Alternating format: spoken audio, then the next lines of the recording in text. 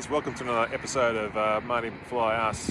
Today I'm just going to take you through a quick tip regarding pre-flighting your aircraft.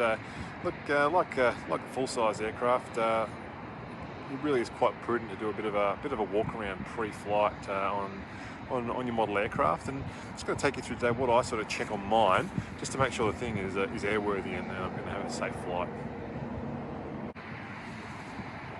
One of the first checks I like to do when I'm pre-flighting one of my models is just a bit of an overall look at the aircraft. So just walk around the model, have a bit of a look. Does it look right? Is everything where it needs to be? Is the landing gear on the right angles? There's no damage to the foam or anything that's going to hamper flying. The props look bent, tail wheels there and secure. Just those big ticket items. Just have a little bit of a walk around the aircraft and just see if everything looks right. And generally, if it looks right, it should fly right. Alright guys, the first thing I'm going to check on the aircraft is the foam hinges. Now, especially if you haven't flown the aircraft for a while, it's been sitting in the hangar, it's always prudent to check the hinges. You know, I've had hinges separate on me, and just being held on by a couple of beads of foam. You don't want that when you take it airborne. So, what I like to do generally, I'll go up to the hinge there, just yank on it, just give it a bit of just feel. Basically, for condition and security, have a bit of a look and see. You can see a little bit of white foam there, so a little bit of a movement there, but that's actually not too bad. Inside here, you can tell here, it's pretty good. There's a little bit of a movement on that corner of that hinge, so I'll probably keep an eye on that one there. And obviously check your ailerons. I'm not advocating moving the servos while there's no power on or anything, but just give it a bit of a pull. So you don't want to yank it off, you don't want to rip the hinge off, just give it just a gentle pull, check for condition and security.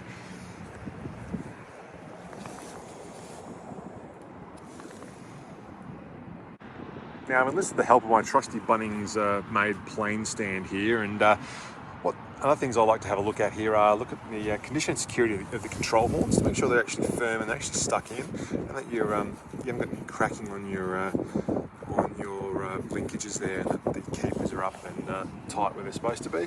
Just basically work your way around the model and just see that they're all good and strong. I'll do that on the reverse side also. Also, check the landing gear, if those E-clips are in place, and the wheels are free spinning, and the retract's actually not loose, and that's again, that condition and security check, as we say. Just check for condition, check for security. Another thing I like to do, guys, is check the condition and security of the propeller, making sure that's on there where it needs to be, and just give it a bit of a spin, make sure there's no rubbing or chafing, if you will. No one likes chafing against the back side of the plate there. Another thing is just to check the condition of each blade there, making sure there's no cracking or anything. You don't want the blade coming apart in flight and having a really massively unbalanced motor.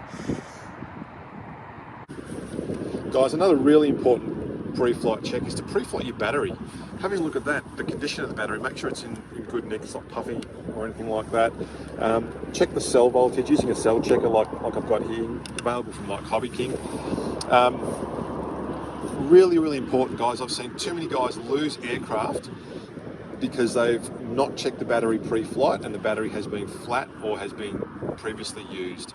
So it's a real quick check, and it'll save your models. And I've seen so many guys do it.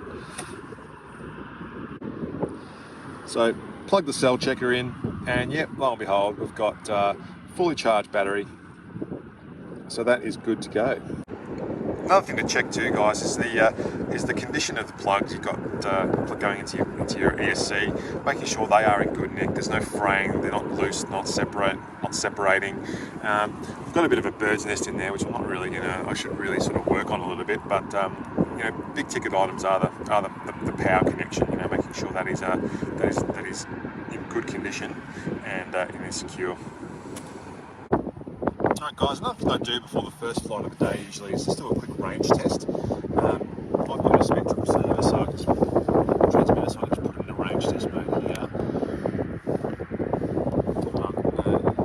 Push the button, it actually goes into reduce power, and then I can just range test the aircraft and making sure that all the surfaces are moving and that there's no crackling or like shuttering the control surfaces, that kind of thing. It really is one of those things you need to, probably should have a friend to help you. Hold the aircraft about a metre off the ground and basically turn it 360 to make sure that it's okay. But definitely do a range test before the first flight of the day, just to make sure that your radio's in good nick and you're going to actually get a proper signal. All right, now with the battery plugged in, what we can actually do now is we can give it a bit of a power test to make sure that the engine can run up to full power, and make sure the prop hub's not going to explode, and the battery's not going to sag and it's not going to cut out.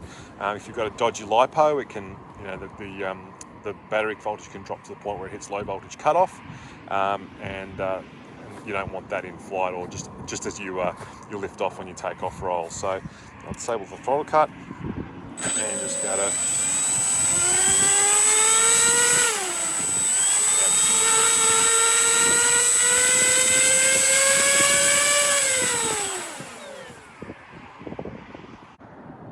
All right, guys, it's finally time to take it flying. It's a bit of a gusty morning here at CMAC in Canberra, but look, we'll give it a go. I hope you found the video useful. Look, these pre-flight steps will really make sure that your model is in an airworthy condition to go flying. It will save you dollars, it will save you models, I guarantee it. If you found the video useful, please let us know in the comments, and like, share, subscribe, all that typical YouTube stuff. And blue skies and fly Navy.